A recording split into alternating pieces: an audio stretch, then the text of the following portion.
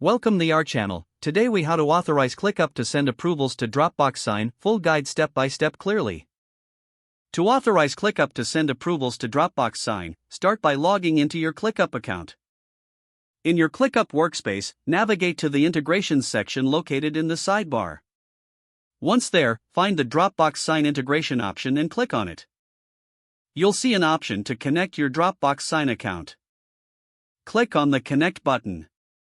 A new window will pop up, directing you to the Dropbox Sign login page.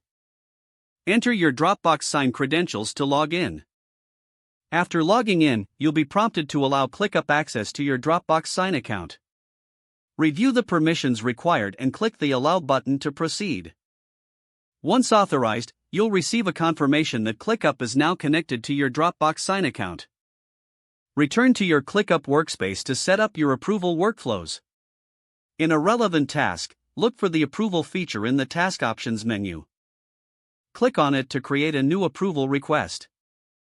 Fill in the necessary details, such as the recipients and any instructions. Once everything is set up, select the option to send the approval via Dropbox Sign. Your approval request will now be sent to the designated recipients through Dropbox Sign. Monitor the status of your approval requests directly from ClickUp. This integration streamlines your workflow, keeping everything organized in one place. Continue to explore other features within ClickUp and Dropbox Sign for a more efficient experience. By following these steps, you can seamlessly authorize ClickUp to send approvals to Dropbox Sign. If the page does not load, refresh the browser or try again in a private or incognito window. Make sure you are using the correct email address, then retype it carefully to avoid small typos. If your password is not accepted, use the reset option and create a new strong password you can remember. Check your spam folder for verification or security emails, then complete any requested confirmation steps. Enable two-factor authentication if available to improve account security and reduce unauthorized access risk. After signing in, review your profile details so your contact information and settings are accurate and current.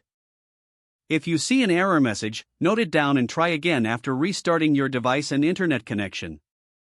Log out when you finish, especially on shared devices, to keep your account and payment information secure. Don't forget to like this video and subscribe to our channel for more step-by-step tech guides.